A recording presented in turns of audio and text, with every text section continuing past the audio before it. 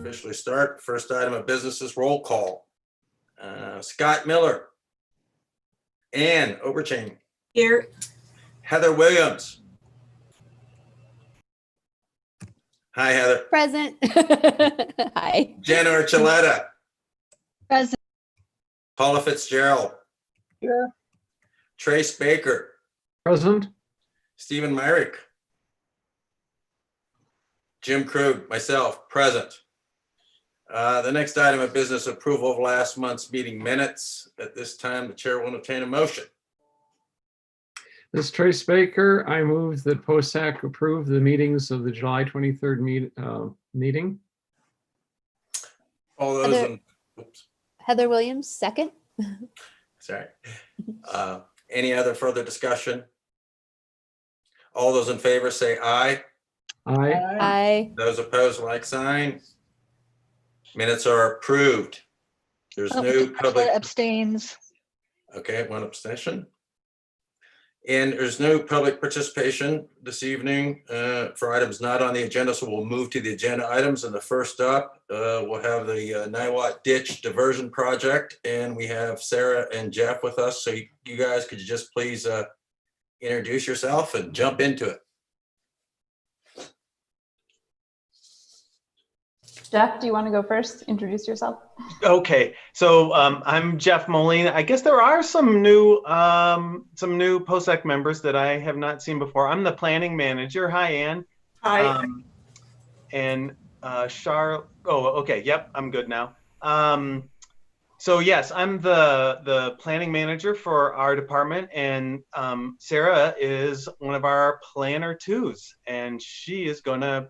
She's the project manager for this Niwot Ditch diversion that we have going on. So I'm gonna let her take it away. Thanks, Jeff. Yeah, so I'll get started. Just share my screen here, and I'm really excited to tell you all a little bit about this project because I'm currently working as a planner too, and I'm also a fisheries biologist by training. So this project is really exciting for me to work on. And so this is the Niwot Ditch Diversion Reconstruction Project. And first, I'll just give a broad overview map of the project location. So you can see in the little small map on the bottom left there, there we are in Boulder County. And then in the larger map, that red outline are the two parcels where the majority of the work will be occurring. And we're on St. Vrain Creek, between Lyons and Longmont, actually right across the street from the Parks and Open Space building. So here's a closer up look at where we're working, and you can see the open space transportation complex down towards the bottom center of the map. And we have a temporary stockpile location right on Boulder County Parks and Open Space property across the street from our, or across the driveway from our building. And the Reach 3 Phase 2 project is generating some material that's being excavated right now and stockpiled there for use in the Niwot Diversion Project. And then the main project location is sort of just across St. Vrain Road from the Parks and Open Space office. And most of the project area north of the creek is owned by Boulder County Parks and Open Space. And then on the south side of the creek is Golden Land Company. And let me just go back to the map. So I'll have a site plan a little bit later on that will show more of a close-up, but sort of there's a pool at the left side of the project area that you can see in the aerial photograph. And that pool is formed by the current diversion dam. So the dam right now is at the sort of the right end of that pool, and it diverts water into 3 different ditches right now. And it will continue to do that after the project, but it'll be a little bit of a different configuration. And the goals of this project are sort of two-part. One is to improve the diversion structure to benefit the water users. And so what we're trying to do with this project is to make water delivery reliable and allow for better accounting of water being diverted, and then also to make a structure that will be resilient to future flooding. And then the other part of this project, and the primary motivator, I would say, from our funding sources is to restore native fish passage and riparian habitat. And this will benefit multiple species, including a diverse assemblage of fish species, as well as Preble's meadow jumping mouse, which will benefit from the riparian restoration that we'll be doing, and to improve overall stream health. So things like the way that water is flowing and the way that sediment and organic material can move throughout the system. And so those are the two kind of primary drivers for this project.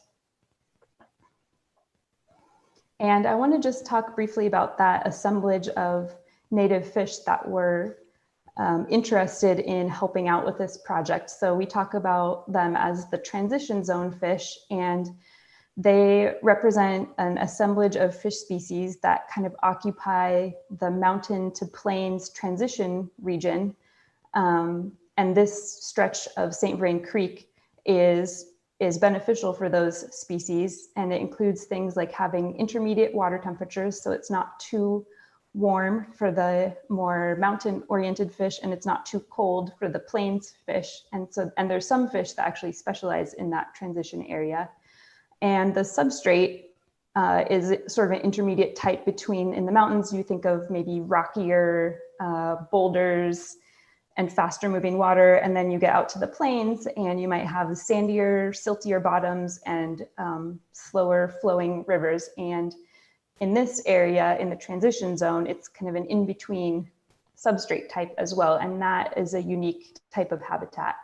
And a couple examples of the fish that we're hoping to improve conditions for in this project are common shiner and plains top minnow, Iowa darter, stonecat, and there's a number of other species. And in the picture on the screen, there's a common shiner and a stonecat, just for illustration. And one element of concern for these species is that diversion dams, like we see at the Niwot Ditch and a number of other diversions on St. Vrain Creek, those dams fragment habitat for these fish because they're relatively small-bodied and have relatively slow maximum swimming speeds and aren't very good at jumping. And so you'll see in a picture that I'll show later, but the diversion dam at the Niwot and some of the other diversions on the creek as well create a jump in the creek, and those fish can't make it up above those jumps. And so we're hoping that with this project, we can start to connect those habitat fragments. And if we do a really good job on this project, which we're all aiming to do, then hopefully we'll be able to address more of these diversion dams in the future. And I say we, meaning sort of the members of this project team, not necessarily Boulder County, although there's certainly interest from our wildlife and fish biologists in doing more of this type of work. But we have a broad group of partners that I'll share with you in a little bit that includes Colorado Parks and Wildlife and US Fish and Wildlife Service that are also interested in doing this type of work.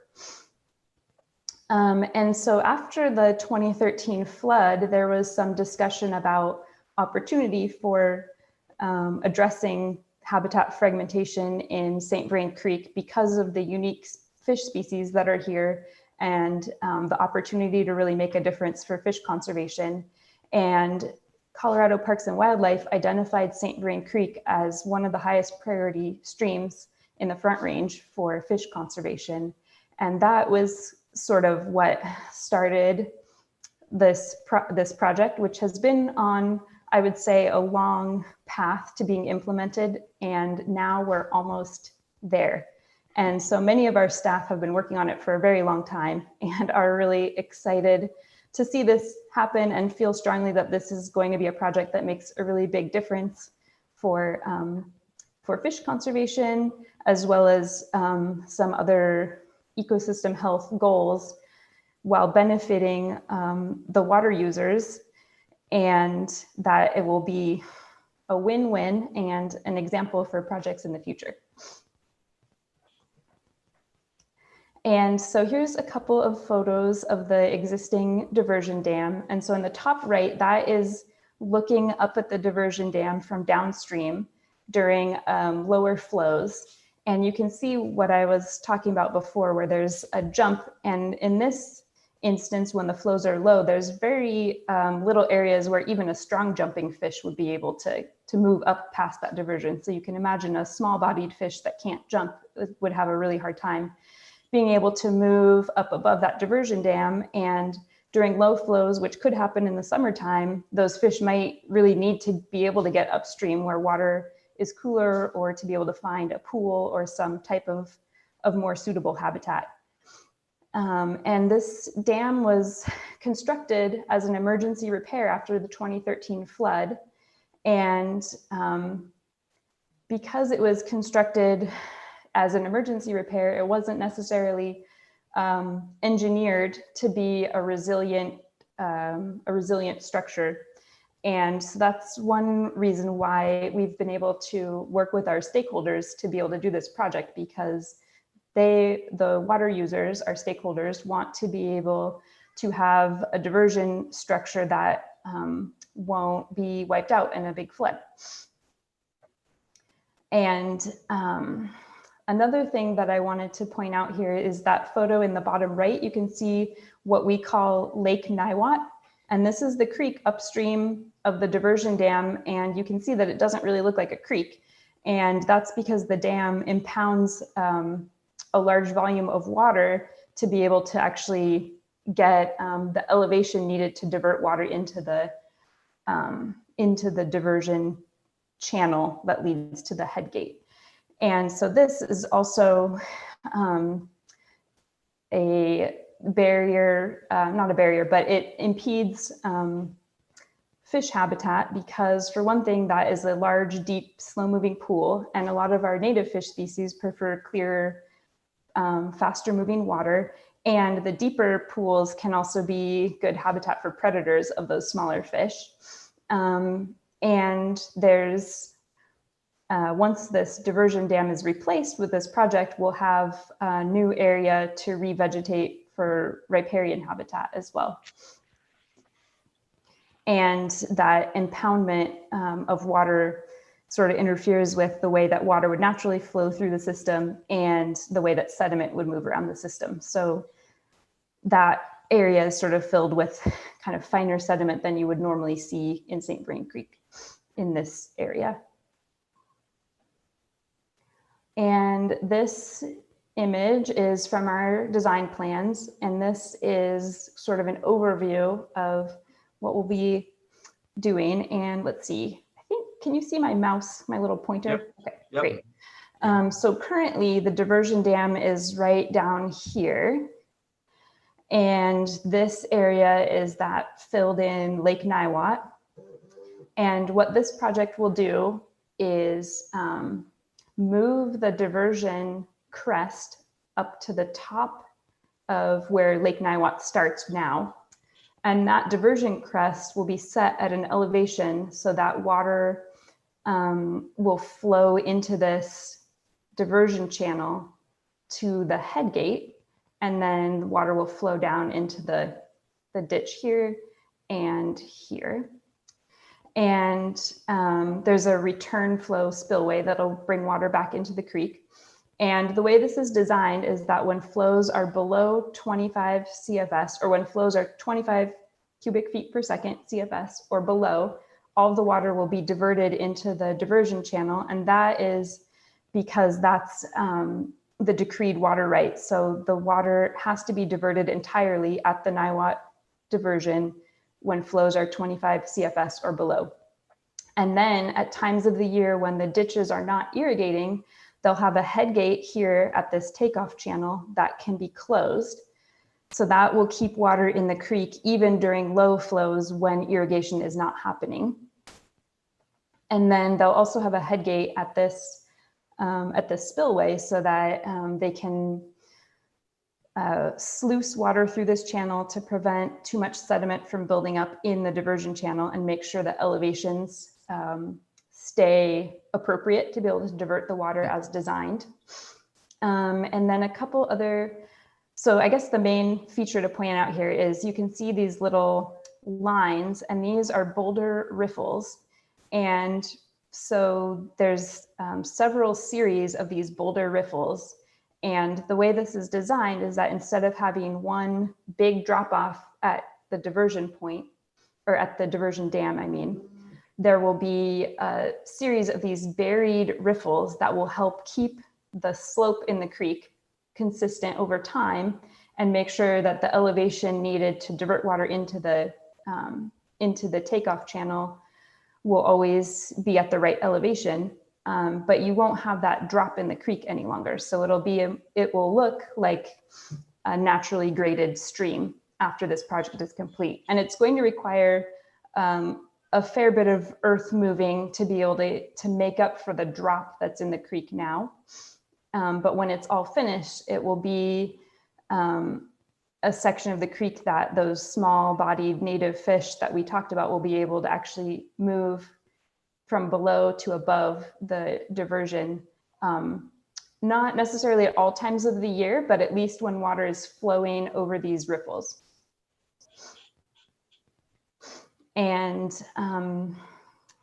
another element that we've added both for habitat and for resilience is this tow wood bank protection along the sides of the creek in a few areas where we just want to make sure that the creek stays within its banks after this project is completed. And that tow wood is beneficial both for stability and as a habitat generating feature.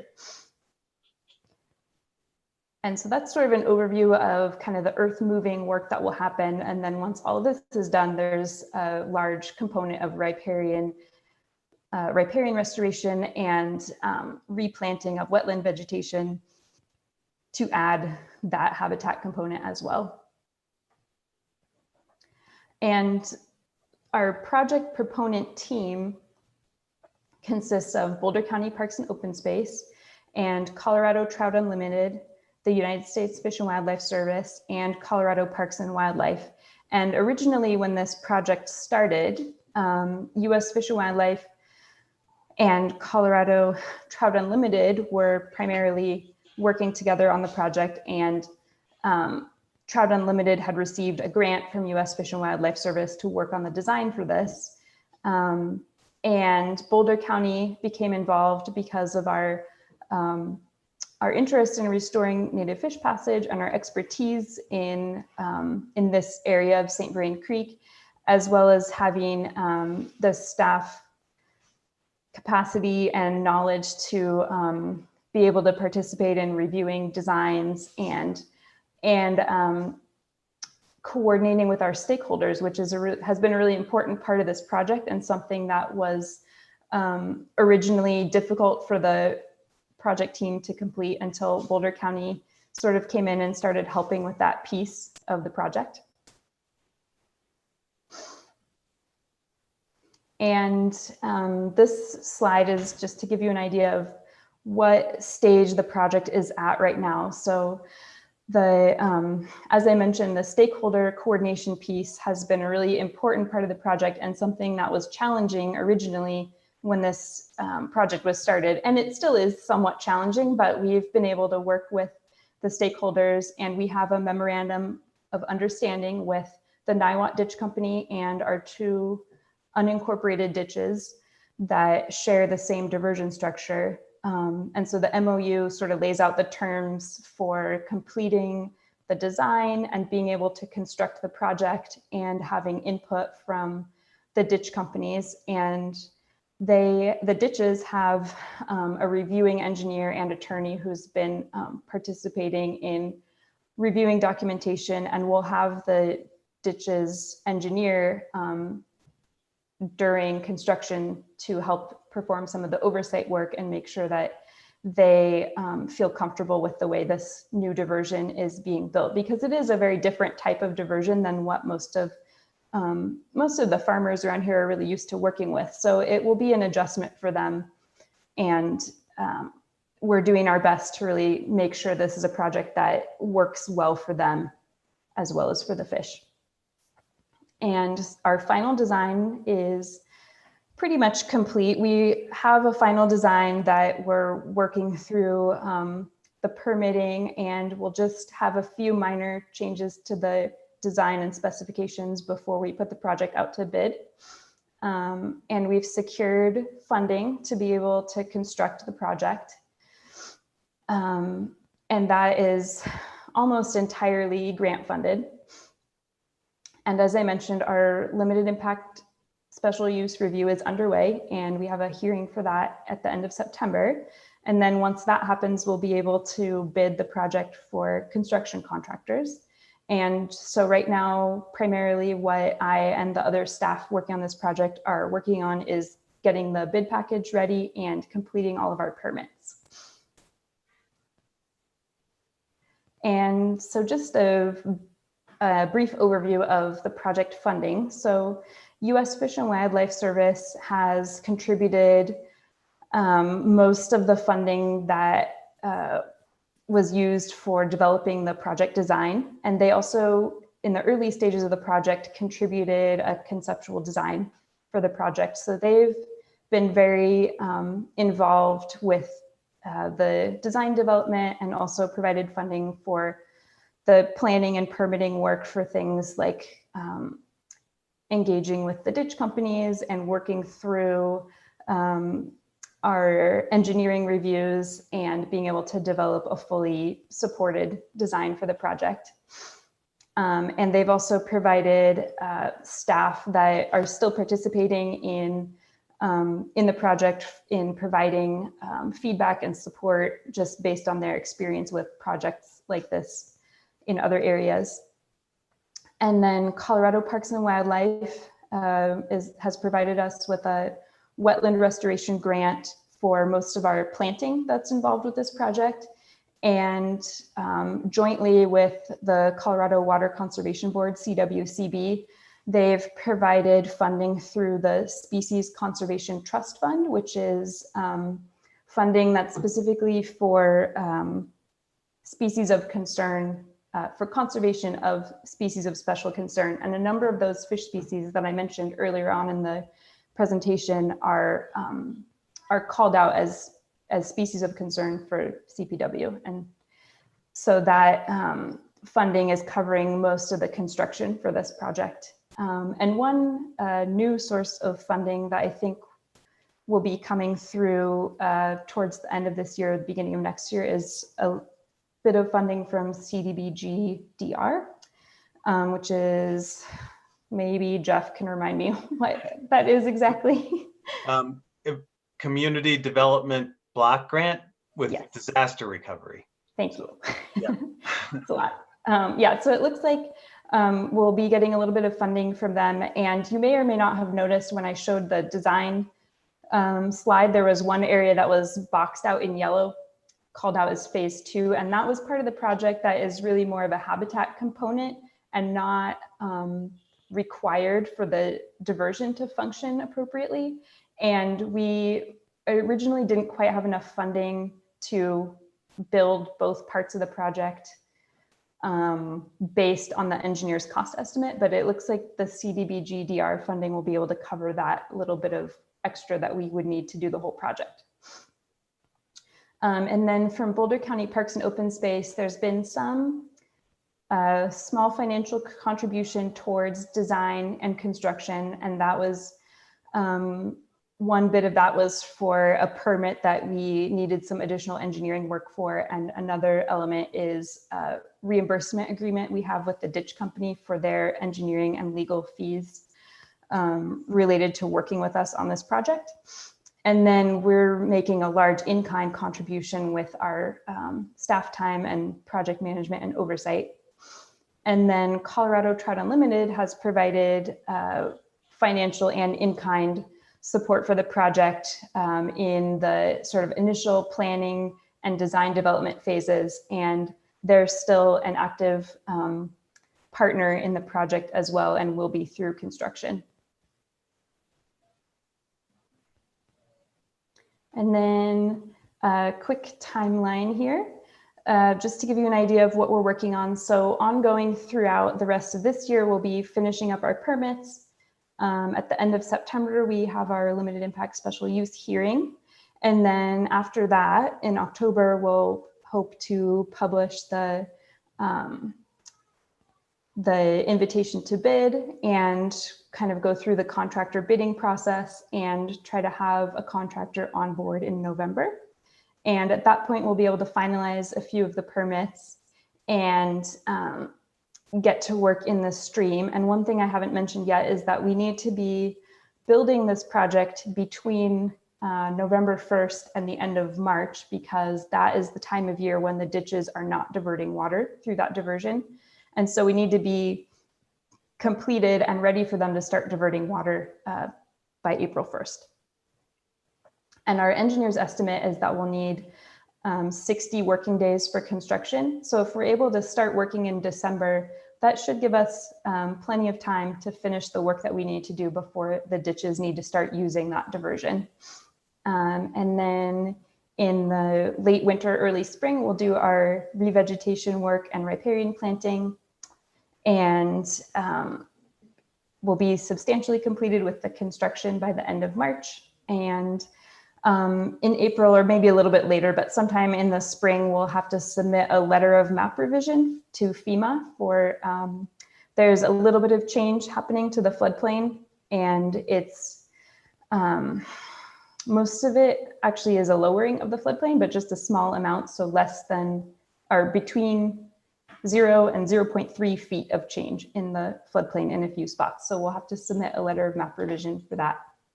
And then ongoing throughout next year, we'll be monitoring the performance of the diversion, both for water delivery to the ditches and for fish passage performance. And just a little shout out to our project stakeholders who have been engaged with this project from the beginning and have had lots of questions for us, and have come to agreement that this project is going to be beneficial. And so the Golden Land Company is that other property owner, as I mentioned earlier, and the Niwot Ditch Company is the incorporated ditch on the project, and the City of Longmont is the majority shareholder in that ditch company. So we've also been working with the City of Longmont. And then the Hager's Meadow and Northwestern Mutual ditches are two unincorporated ditches that share the same point of diversion. And so we've involved all of them in our planning to date, and we'll continue to work with them as we go forward on construction. And that is all I have, and I would be happy to answer some questions. Thank you, Sarah. Thanks for coming out tonight, Sarah and Jeff. And we'll just kick it in order. We'll just go through, and if anybody has any questions, please fire away. So Ann, I'll ask you to kick it off. Ann, do you have any questions? Yeah, hi, Sarah. Thanks for a great presentation. I was curious, just west of there, off of Crane Hollow, there's a really big crane nesting area. How do you foresee the birds benefiting, or how will this change in the stream affect their habitat? Well, Jeff, you can jump in if you have any thoughts on that. I saw you nodding enthusiastically, so I thought maybe you had some thoughts. But I think that the cranes will be another species that benefits from this project in terms of having, more intact stream and riparian habitat for food production for them, and eventually in the future, hopefully more mature trees and other vegetation for habitat. Yeah, I totally agree, Sarah. Yeah, the heron rookery is on our Marlot property. And so just to the west of 75th, kind of on the west side of the Pella ponds area. And so I think this will be, the construction will be downstream enough so that I don't think there'll be any negative impacts of construction on the rookery, and that's something that we've considered. And then, as Sarah mentioned, I think in the long term, the changes in the stream will be something that the birds will be able to adapt to. So yeah. Yeah, thanks. Be a Yeah. great spot for a field trip sometime. Yeah. Yes. There you go. Ah, Thank you, Ann. Heather, do you have anything? No, I don't have any questions, but thank you for the presentation. You're Okay. welcome. Jen? No questions, just following up with Heather. That was a great presentation. Thank you. Thanks, Jen. Paula? The only question I have is the cost. Looks like a great project. I think you've done a great job, and it looks like you're coordinating with way too many people, so it's got to be very frustrating at some times. But anyway, what is the cost? I'm just curious. Well, we won't for sure know until after we've put it out to bid, but our engineer's cost estimate for the construction for the whole thing is about $560,000. Okay. And there's been quite a lot of resources that have gone into the design, partly because, like you said, we're working with a lot of people, and there have been a lot of revisions and changes in the design process that I think the engineering team wasn't expecting when they bid on the project. And so the design has had about $200,000 gone into that piece of it. And that's design and permitting and other things as well. But that part of it has been challenging. Okay. Trace Baker? Where's Trace? Oh, there he is. Yeah, Trace is here. Yeah, Sarah, also very good presentation, and loved slides. Got a couple of questions. One is just for curiosity. You mentioned the phrase tow wood bank. Could you tell me a little bit more about what that is? Yes, I'll try to describe what that is. So that is, if you can imagine a place where you might want to put like large rock boulder protection to keep a stream bank in place. Well, instead of doing that, you actually excavate a little bit of soil out and layer big logs and some brush material, and you layer those up and then you fill it in again. And so the idea with that is the way that the wood is all interlaced, it's very stable and it holds soil in place there. And over time, it fills with riparian vegetation that makes the bank really stable. Okay, thank you. That's all I have. Thank you, All right. Jim. Thank you, Trace. Stephen, I see you've joined us from the casino or a high-end restaurant. So let the record show that Stephen has joined us. And Stephen, do you have any questions? I don't. I apologize for the delay. I had a technical snafu on my end, and what I saw was very impressive. I do hope we get to have a field trip. Thank you. Yeah.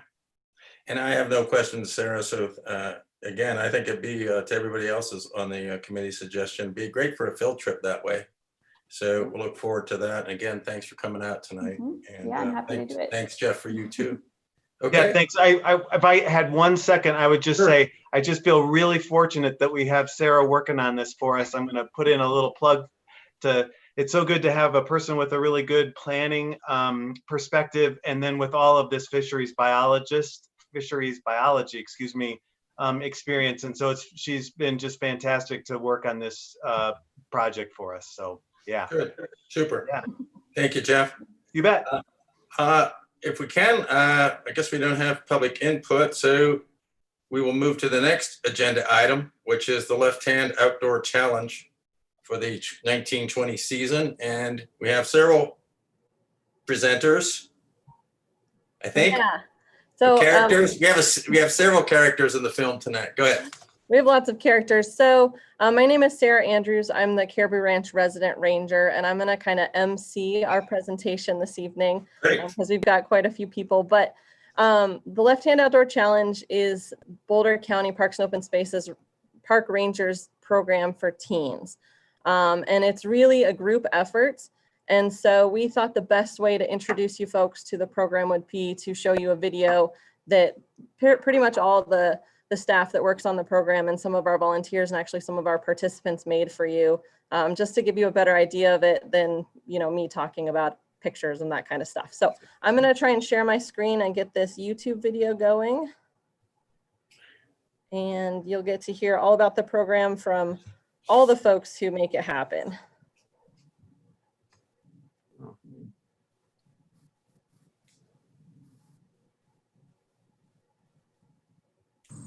A lot of the research that we found about engaging teens in the outdoors showed that, especially here in Boulder County, teens were receiving about a half an hour of informal environmental education every year. And that's not a day, a week, a month. That was a half hour of environmental education every year. We decided that if we wanted to build stewards of our open space program, and for me personally, if we needed future park rangers, that we were going to have to increase that number specifically. So rather than just letting the half hour of informal education go by, we decided to create a program where we engage them over a 9-month period.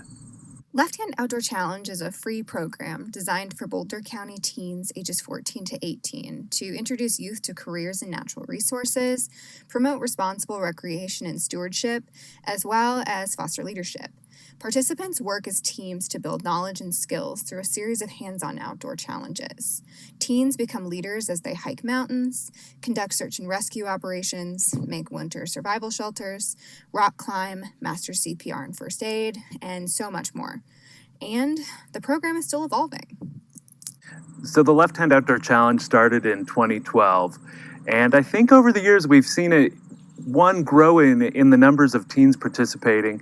Two, we've seen it really move from a program that was focused on outdoor skills to a program that's focused more on skills where teens can grow as leaders, where they can work together in the outdoors, where they understand more about conservation. We still incorporate a lot of skills into the program, but we've really focused on individual development rather than development of the program itself.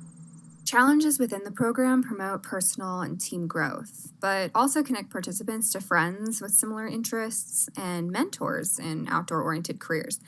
Teens work shoulder to shoulder with rangers, firefighters, wildlife biologists, foresters, and other outdoor professionals to explore, protect, and preserve our wild places.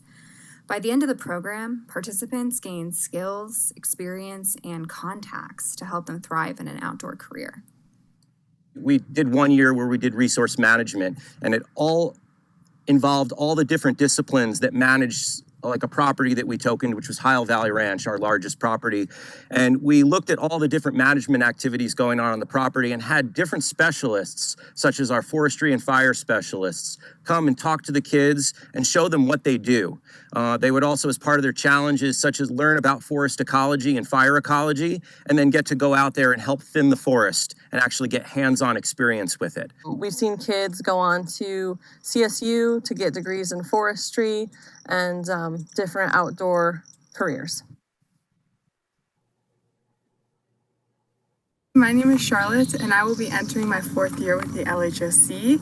I'm here at the Mesa Trail in South Boulder, and my favorite memory with the LHOC has been the ice rescue training. I learned so much, first aid and important, skills for rescue, and I actually learned about physics of the ice, which I later used in my physical science class my freshman year of high school from the training, and I'm so thankful for the LHSC program. Hello, my name is Cody, and my favorite outdoor challenge experience was when we repaired a fence on a property line next to 36 past Gateway. This was a good experience because not only did the team bond and have fun, but we were very respectful and courteous of the land we were being on, and very respectful and courteous of other people and spatial awareness. This helped us come together as a community and a group. I can't wait for my brothers to do it when they're able to. In the 2019-2020 season, LHOC program leaders introduced structural changes to the program to promote leadership within small groups and foster interpersonal development. In our initial camp out, we take the large group of students and we divide them into smaller teams of 6 to 8. From those small teams, they elect a squad leader from within their ranks. And that squad leader is held to higher levels of expectations. They help mentors coordinate with the group, and they help us accomplish our tasks. It's also really nice and really actually very fun to see how the squads are competitive with each other and also supportive.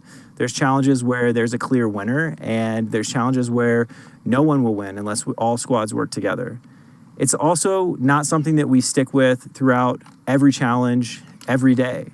It's important for the whole group to mix together. So squads, although they are with us in everything we do, we consciously choose to leave the squad structure behind at times and operate as a big group. I think leadership development is infused in every aspect of the Left Hand Outdoor Challenge. We're always looking for opportunities for students to go out on a limb and try something new. For a lot of high school students, public speaking is one of the things they fear the most. In the Left Hand Outdoor Challenge, we do expect squads to be accountable to the challenge that they're doing. Sometimes that means working together to present upon a topic that they've learned about. Other times that might be working to accomplish a physical task and then explaining the reasons why they were successful in accomplishing it. When students go out on a limb and do that thing that scares them, we always want to recognize them. And so leadership, for me, the most important thing that I can do as an adult and a program leader is to recognize when students are scared, but when they try something new and when their group benefits. Another way that we recognize leadership in the Left Hand Outdoor Challenge is through the Left Hand Outdoor Challenge token leadership system. There are 11 tokens that students can earn that recognize various levels of leadership, various ways in which anyone can be a leader. Some of these could be focus, adaptability, be an advocate for one squad. There's many more, and every year students also create one of their own. One of the times when I'm most proud as a program leader is when the students have adopted this Left Hand Outdoor Challenge token system to such a level that they start recognizing each other. You see, this isn't just a one-way street where staff are recognizing student leadership. This happens within the squads and within the team broadly. Whenever anyone steps up to lead when they've not been accustomed to it, that's the time when we want to recognize them. A couple of the guiding values of the Left Hand Outdoor Challenge are stewardship and leadership. We really try and focus on giving the kids opportunities to be leaders, either within their squads or within the entire group. We give them different challenges in terms of reaching out to the instructors and the people who we've worked with on different projects to give appreciation, and we also ask them to be leaders within the squad and lead a project or take some sort of initiative in one of our activities.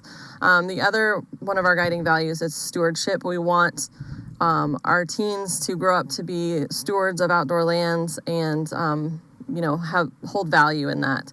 And we recognize that we are talking to the next generation of voters, and we want our kids to value the public lands that we as Parks and Open Space staff and volunteers value. So teaching these kids the importance of having open spaces and having them have a connection to it, I think, is probably the most important thing that we teach them or that we can guide them into. And just seeing how they make a connection with nature is so incredible.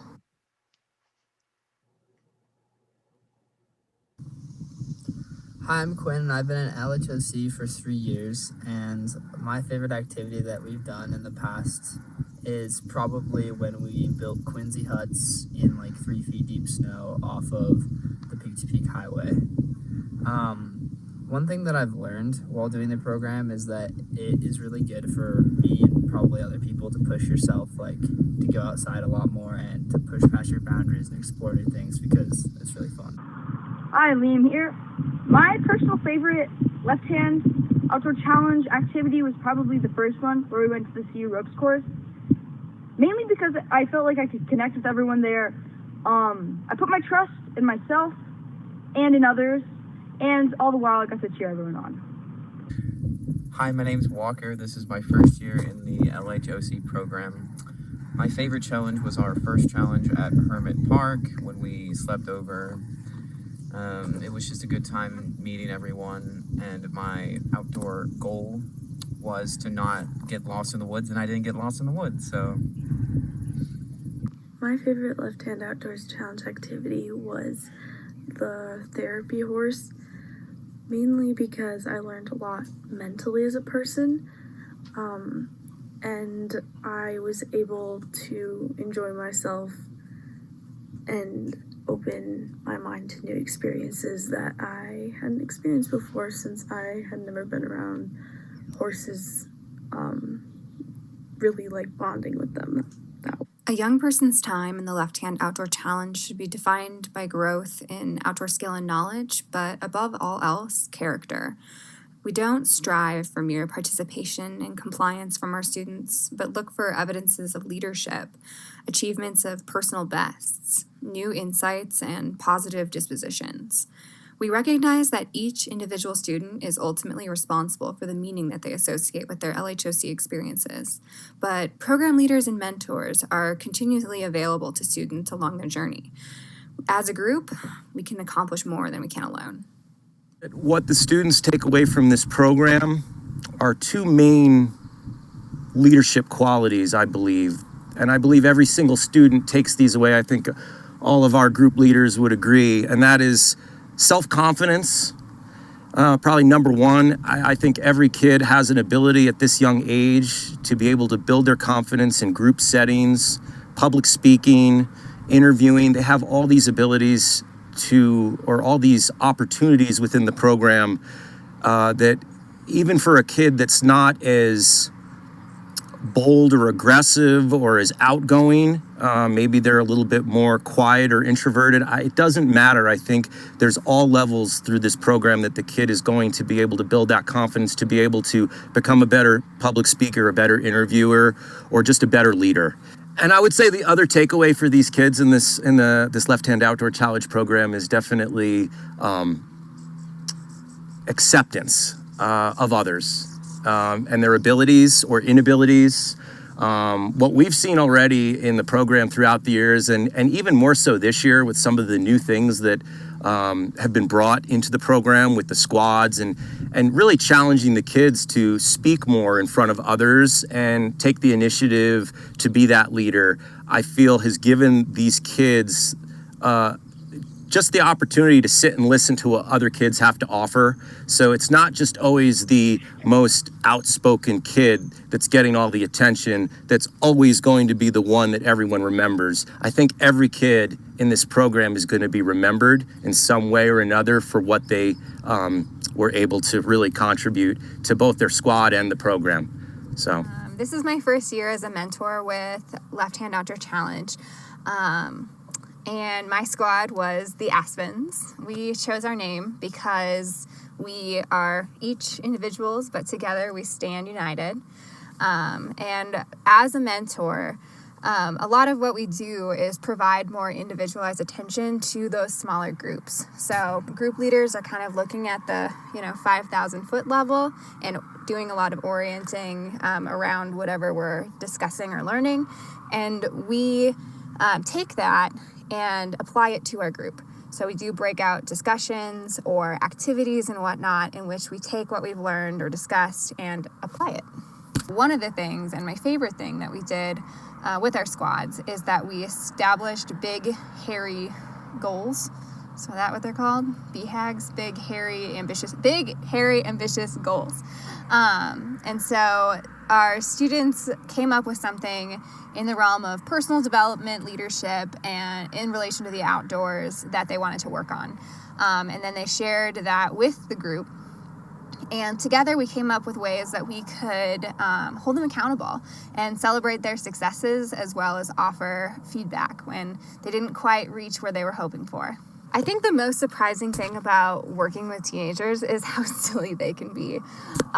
They're a lot of fun, not always on task. That's okay though. We can get to where we need to at the end of the day. My favorite activity from the 2019-2020 season was our camp out, which was our first outing as a group. We went up to Larimer County and camped at Hermit Park. just for one night. I think in the future it'd be great to do a multi-night camp out. It's so much work to set up camp and then take it down the next day. But the kids had so much fun. It was great to get to spend quality time with them and get to know everyone on an individual level and kind of how they operate in the group. We played a lot of games. It got real silly at night with some glow sticks. We did a great hike the next day. Everyone chipped in around camp and kept the fire going and helped cook dinner, cleaned up, and it was safe and everyone had a ton of fun. I think the challenge that I remember most from this year is when we went and built Quincy structures. It was really great to see all of the squads getting together to build this shelter from snow. They were very attentive to the learning process, and then once we hit the snow, they all ran running to get these shelters up and running. What I remember most and what I was most surprised by was just how well made they were. I was expecting some kind of mounds of snow, but when you crawled through the entryway, you were able to fit, I think some of them were able to fit 8 people in these snow structures, which I was really impressed by. My favorite challenge was definitely the Winter Skills Challenge. It was so fun seeing all of those Quincy hats be made. I had never built one before, so this was a brand new skill for me. And it was also the first time that I was able to make fire with flint and, what's the other thing? Flint and steel? Flint and steel. So I'm learning new things too. It goes without saying that 2020 provided unexpected challenges for everyone with the COVID-19 pandemic. As area schools announced closures and the state mandated stay-at-home orders, so too did the program have to adapt to the current situation. So COVID has definitely brought a whole host of challenges for us in coordinating the LeftHand Outdoor Challenge program. A lot of our challenges and activities rely heavily on a bus shuttle structure. So we load up the squads into these 2 shuttles and we take them all over parks and open space to be able to do challenges and activities on our properties. Due to COVID, we can't have as many students in these shuttles and we wouldn't be comfortable putting them in these shuttles. Along with that, some parents are more nervous about the group structures, and so we wanted to make sure that parents are comfortable with their students attending our programs, and we wanted to keep everybody safe. In March, when originally everything started to close down, we thought maybe we can do some type of smaller group activities, but as time progressed, we really started to understand that this is going to be a bigger hindrance to our program than we expected, and so we really had to put all of those programs on hold for everybody's safety. We are currently trying to find a way to do some kind of modified, smaller program for students in the future when things are getting better. In the meantime, program leaders are exploring ways in which we can make the program even more impactful for future participants. I'm really excited about the future of the LeftHand Outdoor Challenge. I think the program is probably going to mimic a lot of the work we're doing in the county with being a more inclusive and representative workforce. Just as you would imagine, the LeftHand Outdoor Challenge right now looks like many of the other programs offered by Parks and Open Space. As we move forward, as we hire rangers of color and get a more diverse workforce in place, I think we'll start to see that change with the LeftHand Outdoor Challenge as well. I'm super excited to bring on rangers with different cultural backgrounds, rangers that speak different languages, and I think as we do that, youth in Boulder County will start to see themselves as park rangers and really be interested in joining the picture. So I think the future of the program is bright, it's diverse, and I'm really excited to see where things go.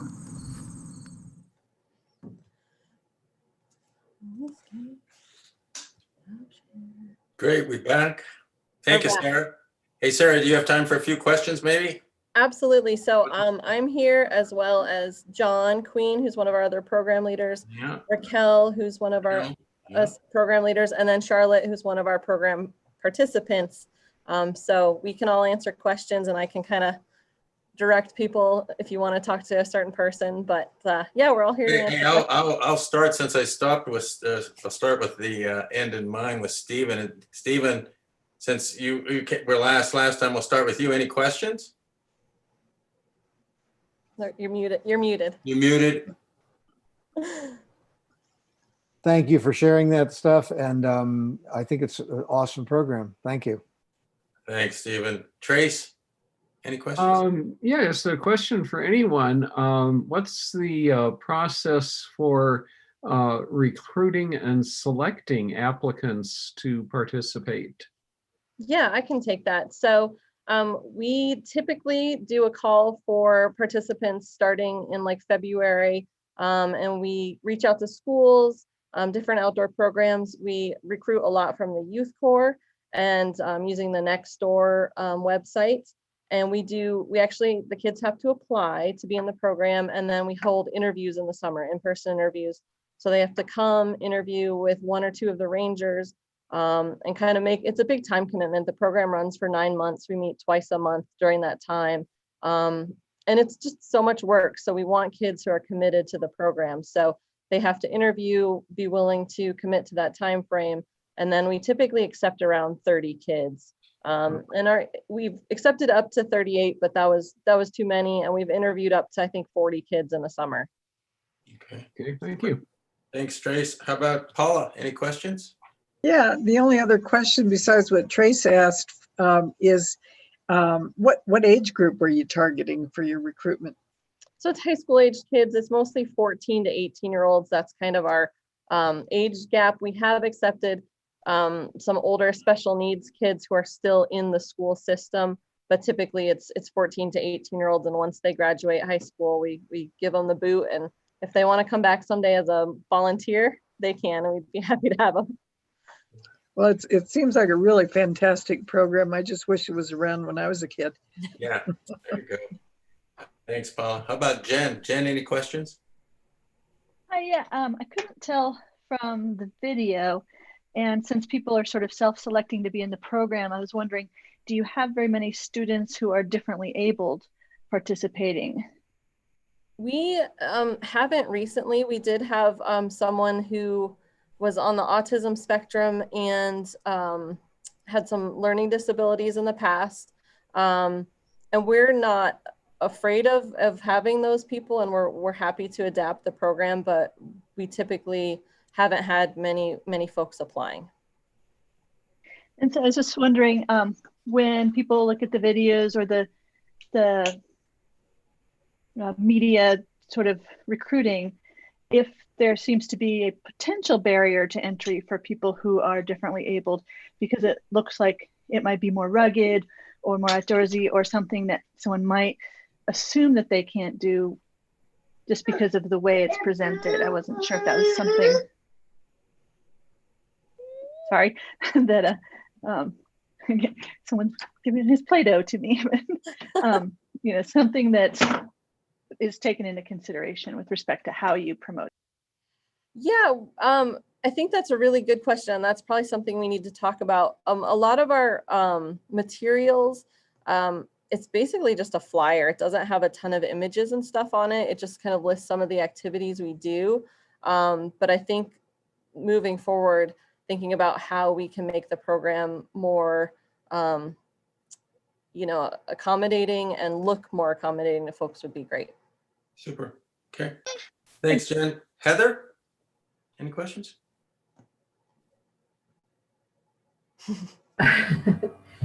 Thank you for the great presentation. Such a cool program, and I really love the video. I just have one quick question. In terms of kids who graduate out of the program, do you get a lot of return volunteers that come back and work as mentors, or is there a lot of kids who do that? We haven't had many kids return as mentors, and I think the program's only been around since 2012, so we're just starting to get some of these kids graduating from college. And I think once they're out of the program and kind of starting their adult lives, they're not necessarily looking to turn around and work with high school students right away and want to get out and do their own thing. But we have kept in touch with a lot of the kids, and I have had some kids who just started college say, I want to come back and be a program leader if this is still around. But once you get rolling with your adult life, sometimes it's hard to go back to what you did when you were a teenager. So I don't blame them for not coming back and being volunteers quite yet. Yeah. But very cool. Thank you. Thanks, Heather. Anne, any questions? Yeah, thank you. Great presentation. Just a couple questions. Is there a cost for the students to participate? No, there is no cost. That's great. And then are there any schools that are able to provide school credit for all of the work that they're doing? I know a lot of the schools have like a volunteer hours like minimum that like seniors need to do. And so we meet that in a lot of respects, but otherwise we haven't had anyone like ask for school credit for the program or schools reach out to us. Great, thank you. Super. Hey, the only question I had, I'll close with this, is that do you get a lot of folks who are sort of, well, put it this way, do you have an overabundance of applicants? And do you have to reject a lot of kids each year? We don't. We typically find a pretty good balance. In the past, like we've struggled to find enough kids to do the program. There was one year where we had 12 kids, and that was really frustrating because we have all this quality content and we do a lot of really cool stuff, and we just didn't have very many kids. But in the past 3 years, we've really had a lot of kids, and we tend to accept a few more than the program really can hold because there's always a little bit of attrition and fallout. Sure. So we'll accept around 32 and we'll end up with around 27 once we really get rolling, and that's perfect. Yeah, super. Hey, with that, thanks to all of you. Thanks for all the good work you do, just not on this program. And all I would say from our end is keep it up. Thank you. And I want to shout out Avery. She made that incredible video. She's one of our mentors, and Hey, thank you, Avery. She's awesome. We love her, and I think everyone who's involved in the program, we really miss doing it right now, and we miss being with the kids, and we can't wait till we can get rolling again and hopefully 2021. All good stuff. Thank you. Okay. Next item of business is, gosh, there's this guy, Eric Lane. I guess he's the director. I guess we have to have a director's update tonight. Honestly, those are pretty hard acts to follow. So I just assumed just like peace out and call it good. That was great. Thanks everybody for your presentations. So director's update. Before we get into the fun stuff, I just want to address the vandalism and destruction of public property that happened last week. And I think some of you know from newspaper accounts that someone or someones entered 2 separate open space properties last week and vandalized our equipment and vehicles that are related to prairie dog removal and management. And we're cooperating with the Boulder County Sheriff's Office. They're investigating that, and we intend to prosecute to the fullest extent of the law. We can only really assume that it was intended as a protest to the county's prairie dog management operations, but there's really no way to know. It unfortunately seems to coincide with a lot of the public discourse that's happening as the city of Boulder looks to change their policies and actually allow staff to manage prairie dogs in a similar way.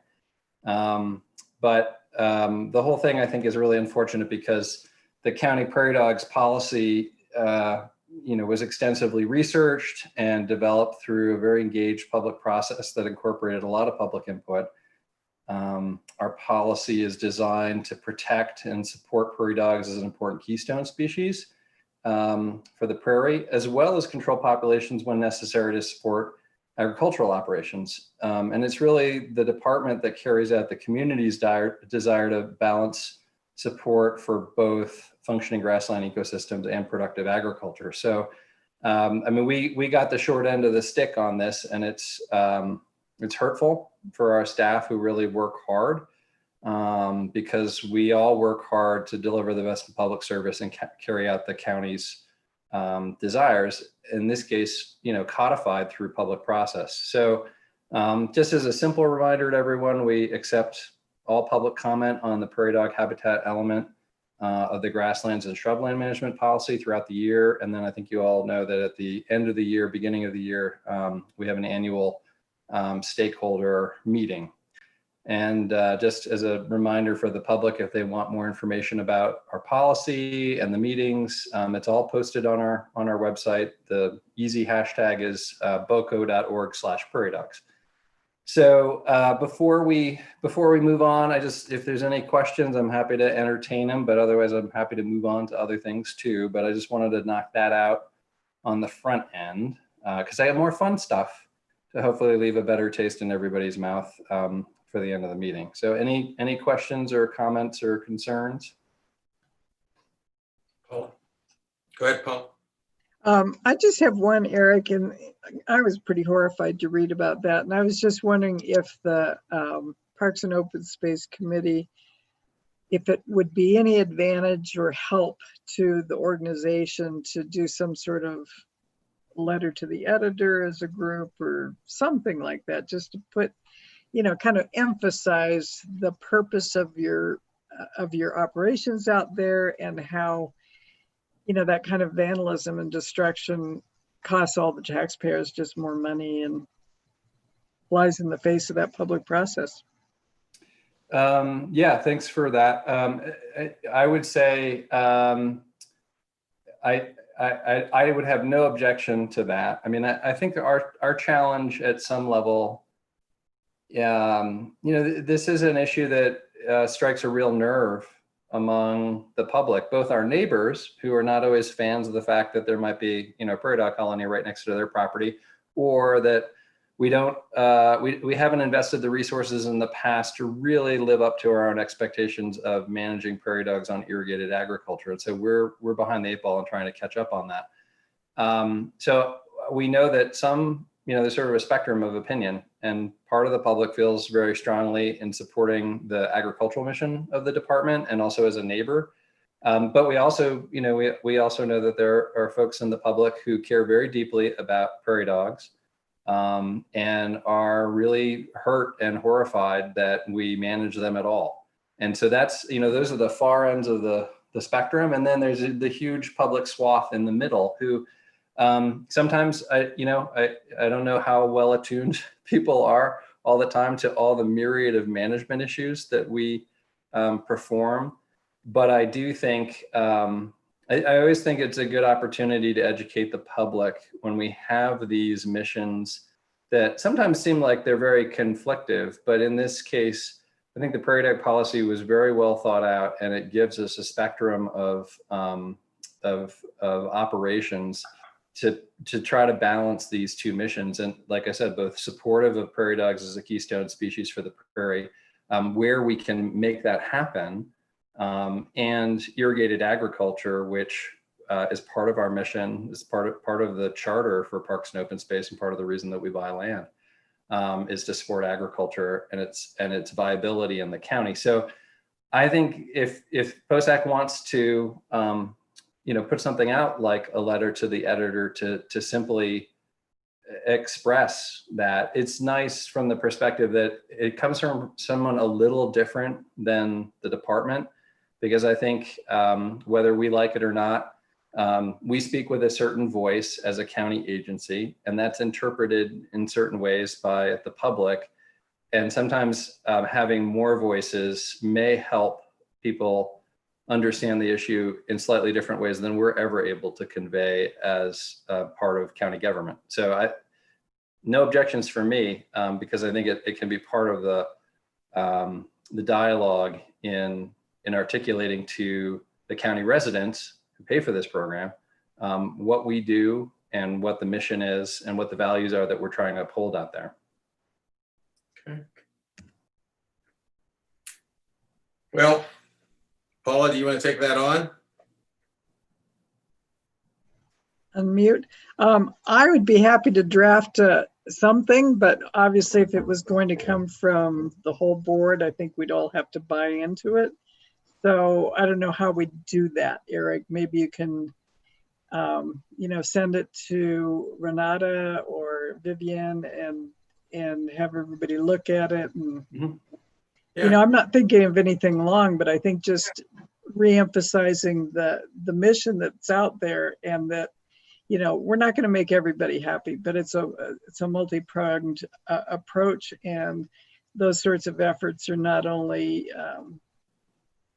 counter to the objectives of the department, but expensive, really expensive. So anyway, I'm happy to. Does that sound like something everyone else is supportive of? Hey, Paula, I'll make it easy on you. As chair, I'll make the motion that Paula takes a draft of the letter, sends Okay. it to sends it to V, I would think, right, Eric? Get V's. What I think I would do is we would send it to Renata that can then put it back out to you individually for comment without it creating a public meeting. Agree to it or sign it, fine. If they don't, that would be fine too. But I would think we probably will have consensus as a group, would all want to be, and we can sign it just as POSAC. Okay. Is that okay, Paula? Yep. Okay. I guess I need a second on that. It was a motion. Speaker, I second that Paula take on drafting this op-ed. Thank you, Trace. Fun stuff, Eric. The fun stuff. Are you going to vote on it, Jim? Oh, sorry. Yeah. All those in favor say aye. Aye. Aye. Those opposed, like sign. Motion carries. Thank you, Paula. Now the fun stuff. Okay. Well, I have one, like, it's only a minorly non-fun thing, but you might notice that you're at least short one POSAC member. And this is in the not fun category. Kira Pasquesi had to resign from POSAC because she changed her residence to a place outside of the county, which disqualifies her from service. And I'm sad about that because I really appreciated the voice that Kira brought, because I think much like I heard in some of the conversation earlier that you were having, she often spoke up with a voice for equity and inclusion. And I really appreciate having that voice. So just to give you a quick update, the board received 23 applicants or self-nominations. And I believe they will be interviewing several candidates very soon. So I hope that we'll have someone new joining your ranks for either the September or October meeting. And so that would be fun. And now I'll move on to the funner stuff. And Nick, just so you know, I'll get through the regular items and then we can play the video at the very end. I'm really glad that in the last presentation, you heard our lead ranger, Bevan, talk a little bit about his expectations for what the Ranger Corps is going to look like in the future. And before the public meeting started today, somebody asked, like, hey, what's going on with the Patasso resident ranger position? And I'm pleased to inform you that we've selected Juan Ocampo for the position. And first, I want to let you know that specifically we announced this position as a bilingual ranger. And we're really looking forward to all the new opportunities that having a bilingual park ranger on our team will bring us. You might have seen Juan at a presentation last year because he was part of our team in 2019 as a seasonal park ranger. The season ended. He was hired by Westminster in the fall as a full-time ranger at Stanley Lake. And there he gained a tremendous amount of experience working with a very diverse group of visitors in a more urban setting. And he's also been working with the Calwood Education Center, developing a recreation guide for Spanish-speaking families that outlines the type of outdoor experiences, parks and trails that are available along the Front Range. So I personally am really pleased that we've taken advantage of a vacancy in the Ranger group to add this capacity, because I think we'll be able to better serve the Latinx community, and it will undoubtedly enhance our cultural responsiveness and inclusion practices.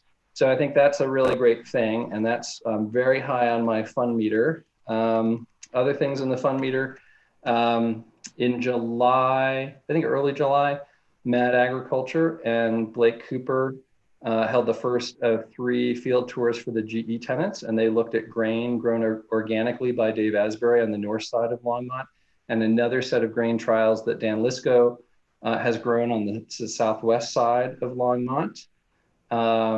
Also related to agriculture, last week we acquired 8 shares of the Goodhue ditch, which is a priority ditch for the Ag Resources Division. In places where it's cooler, this summer we started initial construction of the toll trail near Netherland. And that's a project that our project management and design, our trails and our forestry staff have been working together to get things going. And we'll be hiring a contractor to help construct the trail in 2021 next year, and perhaps 2022, depending on the speed of progress. Last month when you did the field tour, which I'm sorry I missed that to get out in the field with you, but you visited the reservoirs project, and that is now substantially complete, which is a big milestone for any construction project. But nearby, we've begun construction on the Reach 3 Phase 2 project, which I think, fingers crossed, will be our last really significant riparian restoration project as a result of the flood. And that project's going to serve a lot of different needs, including protecting some of Longmont's water diversion infrastructure that provides some of their water supply. It'll create a fish passage for native fish, just like Niwot, just different design. It's going to preserve Preble's meadow jumping mouse habitat. And my favorite will be removing a bunch of invasive trees. And then we put out a press release. We had hoped that we would hold the Land Conservation Awards this fall. Back when we thought COVID, we might have that well in hand by the fall. It's not going away, unfortunately. So we've postponed that until next spring. And while I think I announced the winners at a previous POSAC meeting, it never hurts to recognize the winners again. So just a quick rundown, the Land Conservation Award will go to Paul Levery for a donation of land that helped us expand the Annie White Trailhead. I think some of you have been there. The Environmental Stewardship Award goes to Diana Lowell Dodge for implementing an ecological enhancement plan on their 40-acre property. And then the volunteer awards, there's two. One goes to Rob Alexander, our very own, who does a lot of our grazing and pasture and water management for the Ag Division. He'll get it for outstanding contribution as a member of the Extension Advisory Board, a volunteer for 4-H, and a contributor to numerous extension workshops and events. And then the other volunteer award will go to Gideon Lafarge for outstanding contribution as a member of the Volunteer Ranger Corps and service as an outdoor challenge team mentor, which you just learned about. So that's all the good news. And then on the fun side, Nick, if you can cue it up, there's a very short, less than 2-minute YouTube video that that describes the work that we've done with Northern Water on creating some elk crossings on their feeder canal up in the Rabbit Mountain Dow Flats area. So Nick, do you have that capability?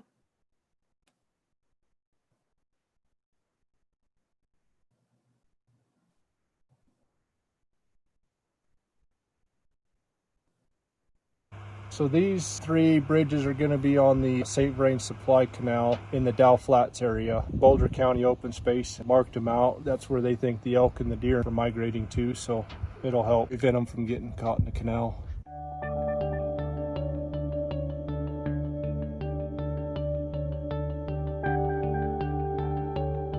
It was something that we wanted to do and sort of a dream of ours, but an expensive one. So this is from an embryo idea in October or November, and we've got actually a completed one. This section of the canal got good habitat on both sides for deer and elk and a lot of other things. And there's only 3 places to go across in about 2 miles. So they'll try to go across in other places. But if they get into this section, it's too fast for them and they can't get out. This one that we set today is just right upstream of the Longmont turnout. We got this one and 2 others along this stretch of the canal. So we built them in the shop, did all the fab work and welding in the shop. Built the footers and everything for the bridge to set on, built that in the shop too, and hauled them out here. We set them first part of the week, and then we just set the bridge today. We got to put the decking on it. We're overjoyed to actually try to get these in and then also help Northern foot the bill, because it's a lot of work and they're very professionally put together.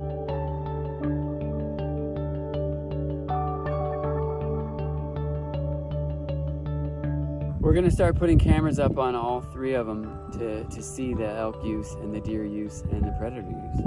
These crossings are for all the critters out here. So bobcats are going to use them, coyotes are going to use them. Thanks, Nick. There's the magic maestro behind the curtain. So that's it for my section. Any questions, comments, concerns, favorites? Are we gonna continue? I heard this morning that we're gonna go we're gonna continue to meet like this through the end of the year. I think that's the plan. Yeah. I think the county commissioners met today with our executive advisory board on our recovery work, which we call Forward Together Safely. And that was a big topic of conversation. And I don't see us making any changes anytime soon. Okay.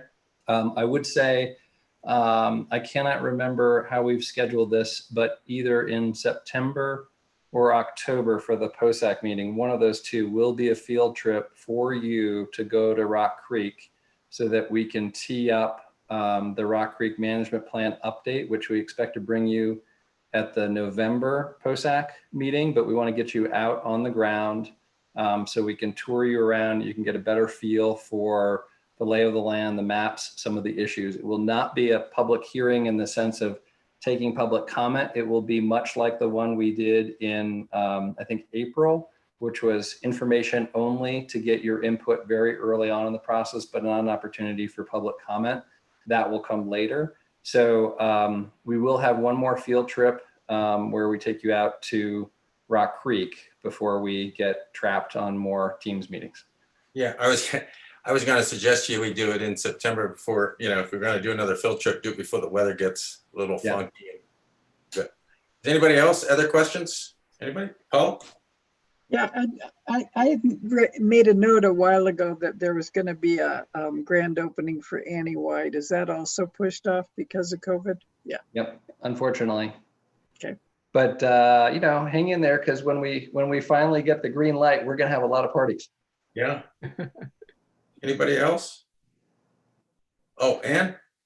Yeah, hey, Eric, I just wanted to pass, if you could pass on my thanks at least, and maybe the council's thanks for the field trip last month. Appreciate all the work that everybody put into organizing that, and it was super informative and just a really great experience. So thank you. Great, I will be happy to do so. I heard a lot of positive comments about that. Thanks. I agree. It was a nice night. Anybody else? I think we're adjourned. Can we be adjourned? Let's be adjourned. Everybody be safe. Thanks. Have a good night. See you next month. Month.